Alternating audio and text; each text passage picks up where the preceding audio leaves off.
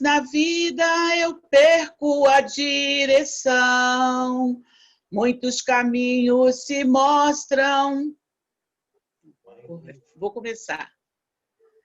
Sim, quantas vezes na vida eu perco a direção, muitos caminhos se mostram e então tento pensar, mas meu senso ainda não me conduz a um caminho seguro em plena luz. Só assim posso enxergar o meu tamanho e olhar outra vez para o Deus que me fez. Pegar de novo a sua mão e prosseguir. É na palavra que encontro clareza para o meu andar. São nos conselhos de Deus que acho paz. Só na verdade asseguro o futuro do meu viver. Aí confiante consigo caminhar. Só assim posso enxergar o meu tamanho e olhar outra vez para o Deus que me fez. Pegar de novo a sua mão e prosseguir. A razão de estar seguro e confiante e de ter meus passos na luz. É andar obedecendo a palavra e temendo ao Deus que me fez. A razão de estar seguro e confiante e de ter meus passos na luz é andar obedecendo a palavra e temendo ao Deus que me fez. Obrigado. Quando ruge o temporal, quando aqui nos cerca o mal, falhar, confiado verei, confiado vencerei, Cristo meu poder será, Ele é quem me valerá. Quando a dor ou a aflição vem turbar o coração, é deveras confiar, a Jesus tudo entregar. Confiado viverei, confiado vencerei, Cristo meu poder será, Ele é quem me valerá. Quando fraco me sentir, quando o mundo me oprimir, e pesar a minha cruz, há de me valer Jesus. Confiado viverei, confiado vencerei, Cristo meu poder será, Ele é quem me valerá. Quem nas trevas, quer na luz, sempre perto está Jesus, quem-se pronto para salvar, quem só nele confiar. Confiado viverei, confiado vencerei. Cristo meu poder será, é de quem me valerá. Nosso irmão Rodrigo mencionou aqui que ele está tentando entrar, mas a net dele está fraca. Já aconteceu isso outras vezes, né? Ele tentou entrar, mas não estava conseguindo. Mais para frente, mais no finalzinho, ele conseguiu entrar, não é? Vamos entender esta situação, não é? Muito bem, irmãos, para aqueles que eu não cumprimentei ainda, nossa boa noite para todos, né? Os que eu não cumprimentei, os que estão com as câmeras apagadas também, nós não vimos ainda a face deles ainda, mas sabemos que vocês estão aí, ligados e prestando atenção naquilo que o Senhor tem para nós. Nós vamos dar continuidade a um assunto que nós começamos no domingo próximo, na quarta-feira, foi na quarta-feira passada, né? Nós estávamos em Miqueias, nós vimos capítulo 1 e capítulo 2 de Miqueias. Hoje nós vamos continuar um pouco, talvez a gente veja o capítulo 3, tá bom? Mas podem ficar tranquilos, nós não vamos demorar mais de que 20 minutos, tá bom? E a gente vai vou estar dando liberdade então a Ilza. Abra sua Bíblia aí, no livro de Miqueias, no capítulo 3. Eu vou pedir para a Ilza ler para nós. São 12 versículos, ela vai ler o capítulo todo, tá bom?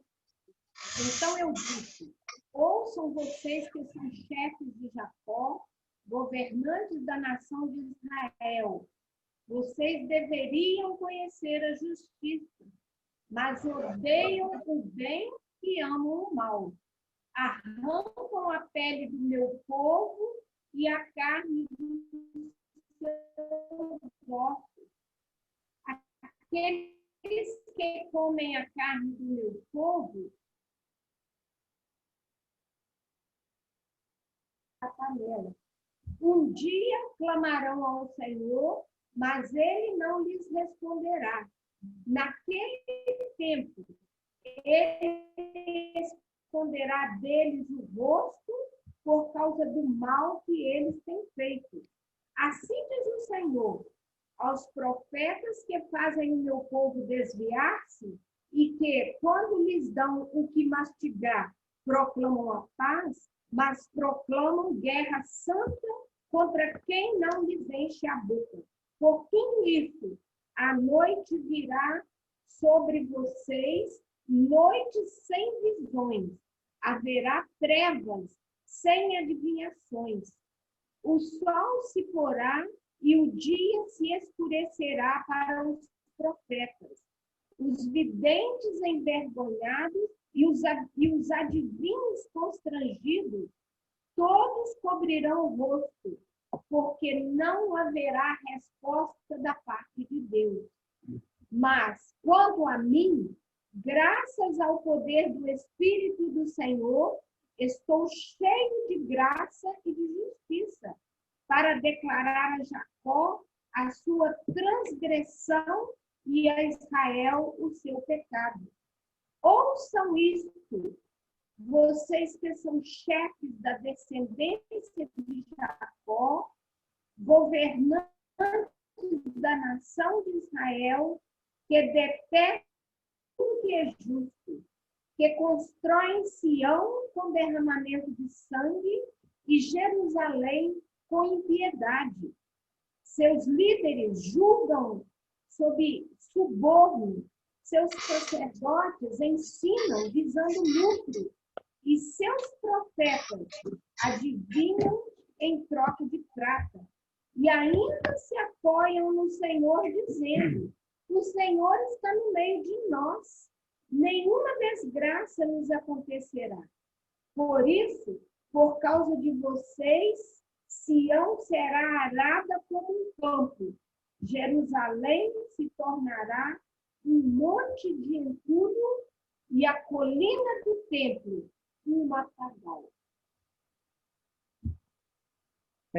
Eu gostaria que aqueles que estão com as suas câmeras desligadas, se pudesse ligar e estar estar aqui, para eu ver você, né? Nós estamos com uma metade desligada. Eu não sei se você se importa, mas eu me importo muito com as pessoas com quem eu estou vendo, né? Não é por nada não, viu, irmão? Se você quiser continuar desligado, alguns talvez tenham dificuldade. E eu aceito, tá bom? A sua intenção, né? Tudo bem. Nós vimos, então, Miqueias, capítulo 3, né? Irmãos, nós estamos pretendendo continuar alguma coisa vista na quarta-feira passada. Na quarta-feira passada, nós havíamos lido em uma leitura diária nossa alguma coisa baseada em Miqueias, sabe? Aqueles acontecimentos ali. E nós desejamos, então, conversar com os irmãos naquela oportunidade, dentro daquele assunto, né, que estava para aquele momento. E depois vimos que poderíamos continuar, porque o assunto ele é um assunto para agora, para o momento. Ele é um assunto pertinente. Ele é um assunto interessante para nós. Pretendemos não demorar, tá bom? Muito obrigado pela sua atenção. Muito bem. No capítulo 1 e 2, o profeta, ele estava passando para as tribos de Judá e Israel, né? Depois se descobriu, então, alguns historiadores, alguns estudiosos descobriram que, na verdade, aquele assunto ali, ele tem interesse nacional. Depois pensou-se, quando disse que aquela mensagem era para todos os homens, né? Então, incluiu também os gentios.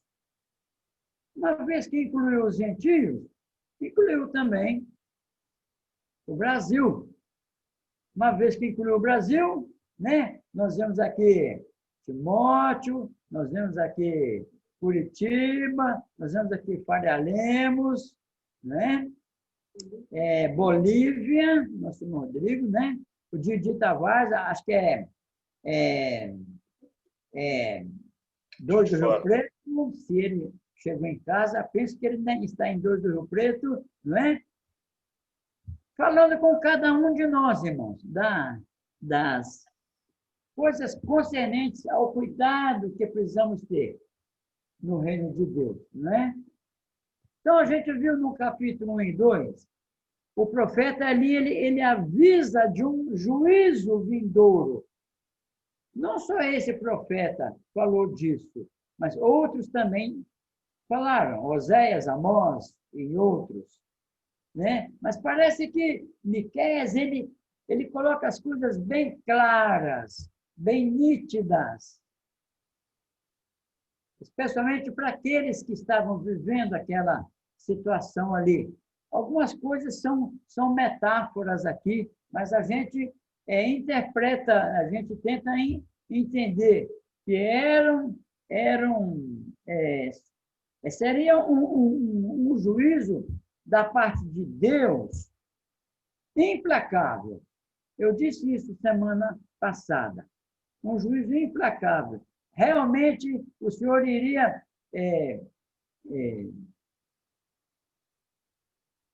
levar aquele povo, conduzir aquele povo para ser cuidado por uma outra nação. Primeiro aconteceria com a Assíria, depois aconteceria com os babilônios, não é? Seria um juiz implacável sobre Judá e Israel. Devido a quê? Ele mesmo fala lá, devido à transgressão de Jacó e os pecados da nação de Israel. O Senhor não estava suportando mais o comportamento daquelas pessoas. E, naquele caso ali, ele citou as autoridades eclesiásticas, as autoridades jurídicas e também o legislativo daquela época, né? O executivo daquela época, que era rei, que eram os príncipes, né? Por causa da maneira como eles estavam tratando a população, maneira como eles estavam tratando o povo. Agora, isso pode ser aplicado também a nós, porque, de alguma forma, nós somos líderes em alguma área em nossas vidas. Né? Talvez estejamos liderando, trabalhando, legislando, como se diz, em causa própria, né? Cuidando dos nossos interesses. A gente vai ver isso mais para frente, tá bom?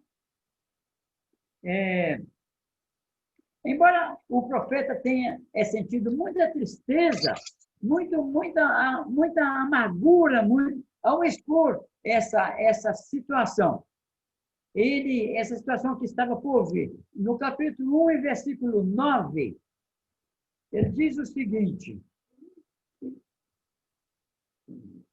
pois a ferida de Samaria é incurável e chegou a Judá. O flagelo alcançou até mesmo a porta do meu povo, até a própria Jerusalém. Olha só, ele teve de dizer, com muito pesar, ele disse, olha, a sua ferida é muito grande, sua ferida é incurável. Ela alcançou todo o povo. Tal era a situação que Judá e Israel estavam vivendo. Bom, entramos no capítulo 2. Ele enumera em detalhes alguns dos pecados que aquele povo estava cometendo. E por causa desses pecados, o juízo de Deus iria vir sobre aqueles povos. Irmãos, se nós observarmos, é uma realidade que a prosperidade de alguns, às vezes, ela acontece com a desgraça de outros. Não é? Isso estava acontecendo bem claro lá. O fato de que a prosperidade de alguns se dava frequentemente e trazendo injustiça e opressão aos povos. Eram os príncipes, os juízes, os sacerdotes, os profetas, trabalhando, sabe, numa forma, formando um complô, formando uma organização, conforme a gente ouve nos dias de hoje. E dessa forma, eles estavam, a gente vai ver isso, se dando bem, construindo casas bonitas, enquanto os demais, os pobres, coitados, estavam pagando esse preço. Isso aconteceu, não é? Em Israel e Judá. O profeta Miqueias, ele, sob pressão, porque eles estavam exigindo dele, Miqueias, no capítulo 1 a gente vê, para de pregar. Não, chegaram até dizer, você não pode pregar. Não vai adiantar nada, Miqueias, é você pregar. Isso não vai acontecer conosco. Em outro lugar, ele disse, não, Miqueias, isso não vai acontecer conosco. Nós somos descendentes, nós carregamos no nosso sangue o sangue de Jacó. E Deus disse para Jacó, Miqueias, que a nação seria bem-aventurada, não é? Nós estamos protegidos, Jacó. Mas Miqueias sabia que a coisa não era assim. Então ele pregava que os príncipes, os sacerdotes, os profetas, todos receberiam a sua condenação, a punição, pela sua participação naquela situação, naquela iniquidade que estava predominando aquelas pessoas ali, reinados de Judá e Israel. Ali havia, eu disse isso semana passada, opressão, suborno, corrupção, ganância. Isso era tanto, isso acontecia tantas vezes, que isso era refletido na vida nacional, na vida das pessoas, na população em geral. A ponto de chegar um momento que o país, toda aquela terra estava corrompida pelo pecado, pelas coisas mal feitas, pelo desejo desenfreado por ter. Se no capítulo 2, os versículos 12 e 13, que são os dois últimos versículos, Miqueias traz uma notícia agradável. Eles passariam por esse juízo, mas que haveria um livramento deles por parte do Senhor. No capítulo 3, ele continua com a sua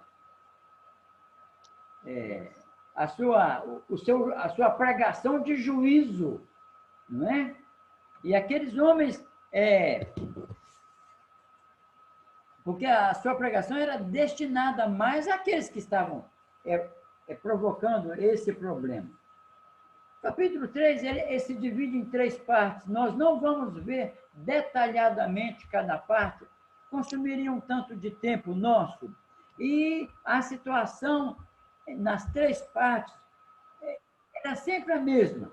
Opressão, o suborno, a compra de questões lá na justiça, né? Nos versículos 1 ao 4, ele trata da iniquidade dos príncipes. Os príncipes, cabia a eles chefiar a nação. Cabia a eles cuidar da nação como filhos do rei, como autoridades, né, monárquicas lá. Mas eles estavam andando em desacordo com a vontade de Deus. A gente vai ver isso. Nos versículos 5 ao 8, ele fala dos profetas. Pensem bem, irmãos, os profetas, eles eram falsos profetas, eles enganavam o povo e ainda mais faziam o povo se desviar do caminho do Senhor. Pensa que coisa, que pecado, que coisa brutal estava acontecendo. E o terceiro ponto, que está do 9 ao 12, ele se dirige às 3 classes principais de líderes: os príncipes, os profetas e os sacerdotes. E fala com eles bem severamente. Agora, note bem que esses homens, seja o rei, seja o profeta, seja os sacerdotes, eles eram divinamente designados por Deus para trabalhar em benefício do povo, em direção ao bem-estar da população.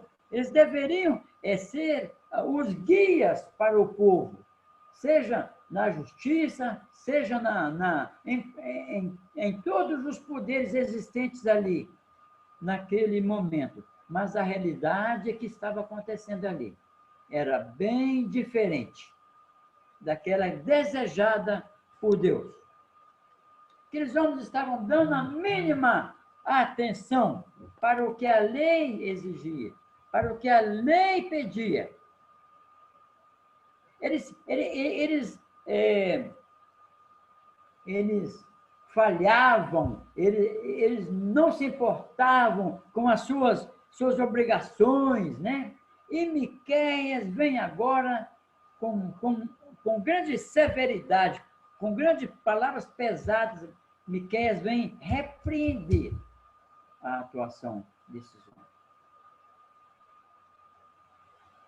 Eu estava pensando aqui, nesse ponto, interessante, em várias situações que nós temos vivido.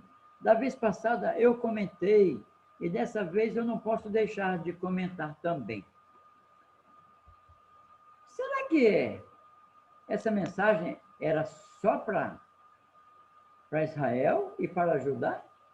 Será que só em Israel e em Judá que o povo estava sendo oprimido? Que os grandalhões estavam ganhando todas as paradas? Os juízes eram corruptos? Os governantes eram corruptos? Não. Nos nossos dias também, nós vivemos esta situação, infelizmente. Infelizmente. Então, meus irmãos, meus queridos, esta mensagem é para nós também. É para os nossos dias. Ela é muito atual. Ela é atualizadíssima. Não contando que esses juízes, esses sacerdotes, esses príncipes, esses profetas, podem ser cada um de nós que está em cada uma dessas janelinhas aqui. Nós podemos estar sendo arguídos pelo Senhor, como eu estou sendo arguído pelo Senhor nessa aplicação da palavra de Deus. No versículo 1, Miqueias inicia as primeiras palavras do versículo 1 do capítulo 3. Ele diz: então eu disse. Então eu disse. Foi um eu posso entender, muito bem colocado, muito bem mencionado. Na verdade, Miqueias não estava olhando para aquilo que estavam falando a respeito dele, ou falando com ele, exigindo dele. Ele queria, na verdade, obedecendo ao Senhor, a Deus, que tinha dado essa mensagem para ele. Ele queria abrir mão de qualquer coisa que se dissesse. O que ele mais queria era dizer: ouçam aquilo que eu tenho para falar, aquilo que eu estou dizendo para vocês. É interessante nós pensarmos que ele dirige aos cabeças, sim, aos cabeças de Israel, aos cabeças de Judá, né? Que, por consequência, dirige também aos pequenos, que às vezes cedem às pressões, né? Ele estava chamando a responsabilidade para si, porque ele entendia que era dever, que era função daqueles homens conhecer as Escrituras, conhecer e ensinar a Bíblia daquele período para eles, a Torá, não é?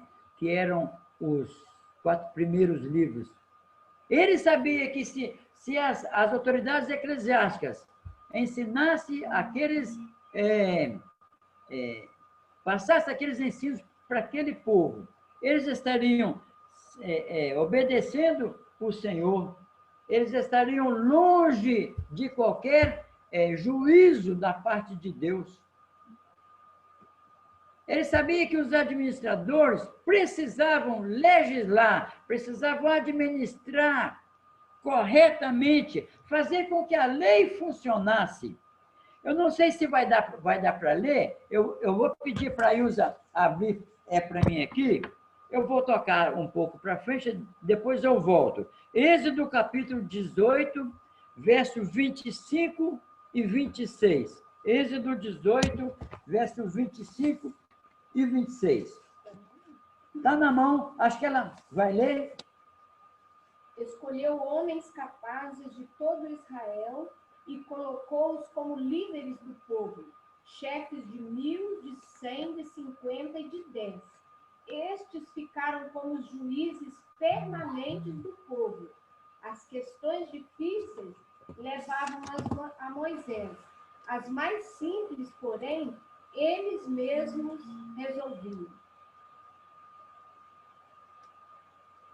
É interessante a gente olhar, porque, na verdade, aqueles homens tinham uma missão, e eles não estavam satisfazendo a Deus plenamente naquela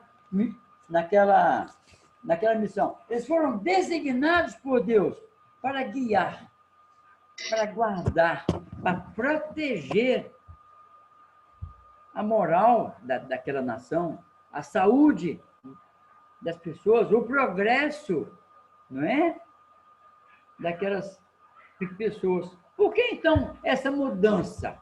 Por que essa mudança de atitude, mudança de comportamento por parte dessas autoridades como um todo, irmãos? Isso é que me preocupa.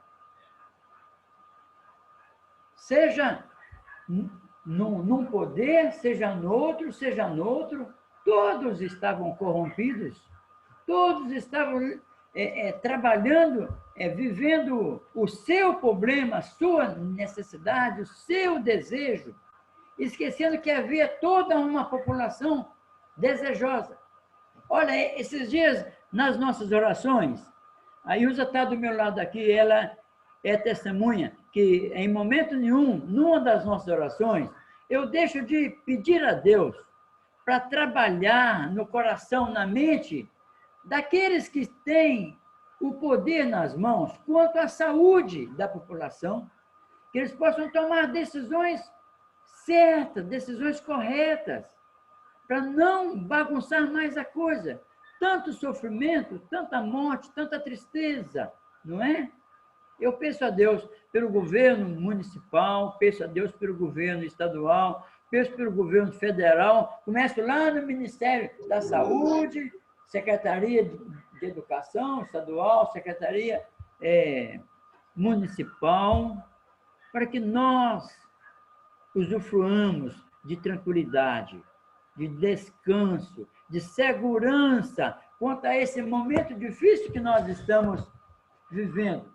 Agora, por que essa mudança de comportamento? O que estava passando na cabeça daqueles homens? Porque eles, em vez de odiarem o mal e amarem o bem, eles estavam odiando o bem e amando o mal. Em vez de eles considerar o errado,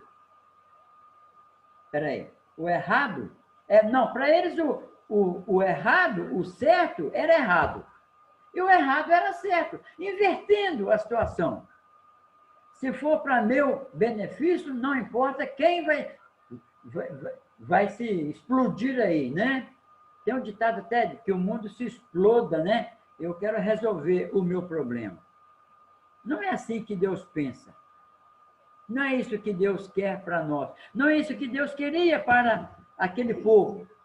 Eram líderes considerados monstros. Engraçado isso, né? Com um comportamento criminoso, um comportamento cruel, zero de compaixão, sem compaixão. Isso dá para ver nas palavras de Neemias, Miqueias, quando ele cita, vocês estão tirando a pele do povo, escarneando esse povo, cortando essa carne como se fosse para colocar numa panela. Que comportamento, irmãos, que palavras difíceis. Isso era para mudar a atitude daqueles homens, mas eles não queriam ouvir. Eles diziam, pare de falar, isso não vai acontecer conosco. Aí eu pergunto outra vez, espera aí, nós estamos lá no século I ou estamos no século XX? 21, né? 2020. Parece que isso está acontecendo nos nossos dias. Um comentarista disse que os termos usados pelo profeta, eu vou ler aqui, ele disse o seguinte, abre aspas, isso significa, como antes, consumir os seus recursos, mas agora é expresso em termos que revelam ainda mais a sua selvageria, falta de humildade, barbaridade e crueldade. Esses líderes avarentos usavam tudo e qualquer método para oprimir o povo e se apropriar dos seus bens, da sua riqueza, para que pudessem viver uma vida, viver de uma maneira ainda mais desenfreada e luxuosa a sua vida. Que difícil eram as palavras usadas por Miqueias. Era para mudar o comportamento, mas eles não queriam mudar o seu comportamento. Mas o juízo estava por vir. O juízo estava por vir. No capítulo 3, versículo...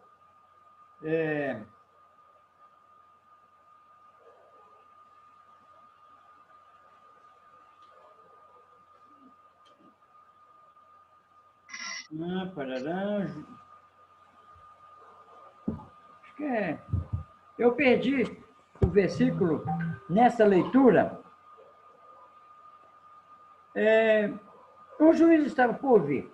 Ele não sabia quando esse juízo iria vir. Miqueias não sabia.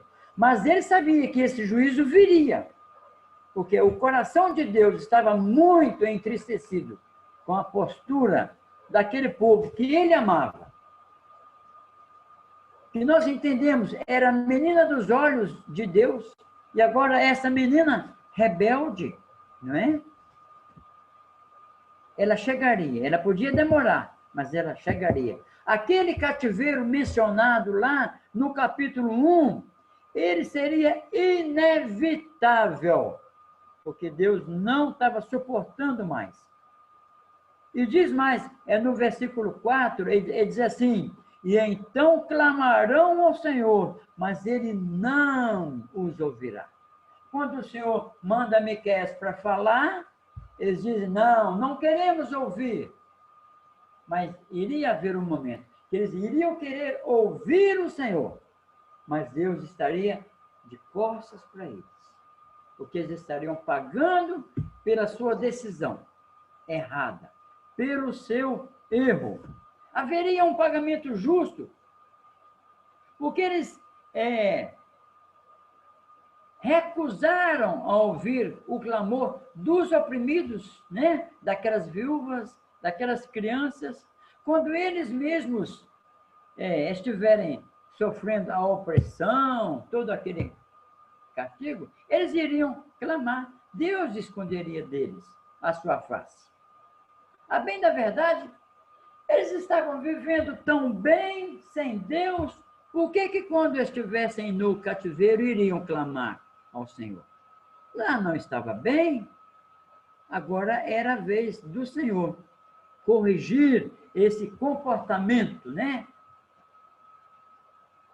Como esperar a misericórdia de Deus quando não tinham mostrado misericórdia quando deveriam mostrar a misericórdia para com aquelas pessoas? Certamente, quando os pobres, né, eu já disse, as viúvas, as crianças, né, não foram ouvidos, por que agora deveria Deus dar ouvidos a eles? O Senhor não os responderia. Miqueias disse isso para aquelas pessoas. Palavras duras, palavras difíceis de se ouvir, mas eles não estavam dispostos. Um outro escritor, eu não sei o nome dele, eu conheço as siglas, é JFB, né? Ele escreveu o seguinte: a sua oração foi rejeitada porque é um mero clamor natural por libertação da dor. Não é um clamor de arrependimento para a libertação do pecado. Ah, Senhor, tem compaixão de nós. Nós nos arrependemos, nós entendemos que nós agimos errado. Perdoa o nosso pecado, leva-nos de volta, Senhor, para a nossa querida Jerusalém, a nossa querida Judá. Não era esse clamor. Algo que vinha de dentro do coração.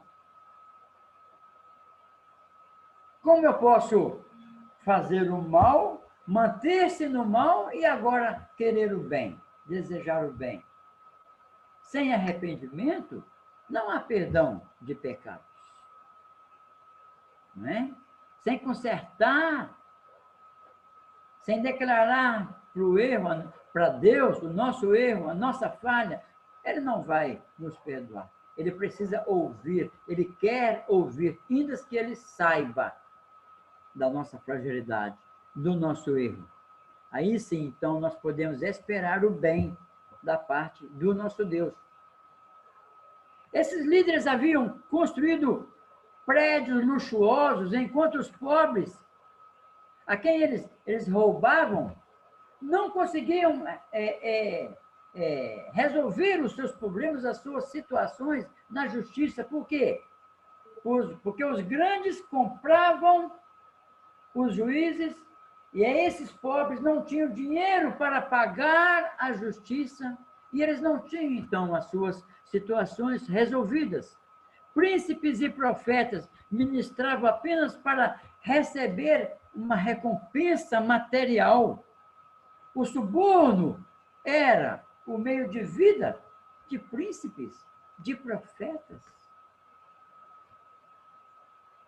O homem pobre não poderia esperar a justiça dos juízes, pois, né, porque, eu já disse, eles teriam que pagar por isso. Os sacerdotes, que eram responsáveis por ministrar, para ensinar o povo a Bíblia, eles diziam que, pelo pagamento do meu ministério, ou seja, se vocês pagarem, ou eu vou ensinar, mas só se vocês pagarem para mim. Parece que isso acontece nos nossos dias. Será que isso acontece nos nossos dias? Pessoas tendo que entregar os seus bens, alguns entregam a sua fortuna para obter algum bem, resolver alguma situação. Será que isso acontece nos nossos dias? Não, irmão? Exigiam pagamento pelo seu ministério. Você conhece alguém que esteja vivendo desta forma? Homens que deveriam ensinar a Torá, né, dar orientação gratuitamente. Gratuitamente. Eles foram colocados por Deus naquela missão de ensinar gratuitamente. Somente a ensinavam, em troca de uma recompensa. Uma recompensa. Que tristeza. Que tristeza. Sacerdote vendendo o seu ministério, isso era horrível. Horrível. Né? Eles usavam de uma certa prerrogativa, que nesse caso aqui era até uma arrogância, né? Eles diziam o quê? Uma vez que Jeová estava com eles, nada lhes aconteceria, mal nenhum poderia atingi-los. Mas, tudo bem, se eles estivessem agindo de acordo com a vontade de Deus. O versículo 11 do capítulo 3, a segunda parte, diz assim: e ainda se apoiam no Senhor, dizendo: o Senhor está no meio de nós, nenhuma desgraça nos acontecerá. Irmão. Eu trabalhando em meu benefício, usando este privilégio que um dia Deus me deu de estar vivendo dentro de mim para satisfazer o meu prazer, né?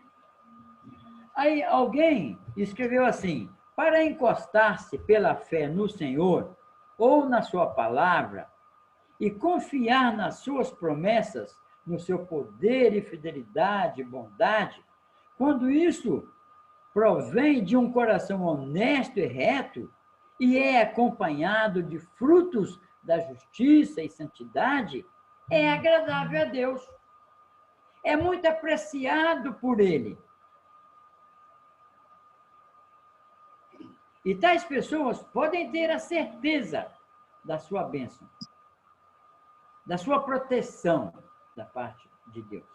Mas falar de fé, falar de dependência nele, quando toda a orientação, todo um processo de vida é de forma totalmente ímpia, esquecendo Deus, orientados a viver, olha só, orientados, pessoas são orientadas a agir de forma errada. Conhecemos alguém que age desta forma? Será que tem alguém no nosso bairro, na nossa cidade? Isso é abominável. Deus não vê com bons olhos. Isso desagrada o nosso Deus, porque Ele é santo, santo, santo. Nosso Deus é santíssimo. E Ele não convive com esta situação. Não convive. Né? Isso significa, como antes, consumir os seus recursos, mas agora, não. E isso aqui foi o que eu li antes. O que eu quero dizer, irmãos, é o seguinte, que às vezes nós estamos muito preocupados com a nossa satisfação, com o nosso desejo, com o nosso prazer, e nós estamos esquecendo que existe um Deus que exige de nós, como cristãos, um comportamento que agrada a Ele. Um comportamento de vida que traz frutos benéficos para nós, agradáveis para nós, benefícios para nós, mas muito mais. Devemos pensar para aqueles com quem nós convivemos, seja como marido, como mulher, como patrão, como líderes espirituais, como juízes, como promotores, enfim, como sacerdotes, como profetas que todos nós somos. Deus quer ver esse comportamento em nós. E não é isso que Deus estava vendo em Judá e em Israel. Por isso, o juízo de Deus seria implacável. E se Deus quiser trabalhar conosco da maneira que Ele trabalhou com a época de Noé, né? Ele disse que não faria isso mais. Se ele quiser trabalhar como trabalhou na época de Miqueias, né? Na época do povo de Israel, indo para o Egito, né? Quantos anos de sofrimento, de trabalhos árduos. Deus estava presente. Deus sabia disso tudo. Mas havia uma necessidade. Que aquele povo aprendesse, que aquele povo se ligasse, que existe um Deus que amava eles, que nós nos liguemos, que existe um Deus que nos ama e que quer ver-nos prósperos, bem, satisfeitos, amando, honrando, louvando e bendizendo o nome dele. Que Deus nos abençoe. Amém.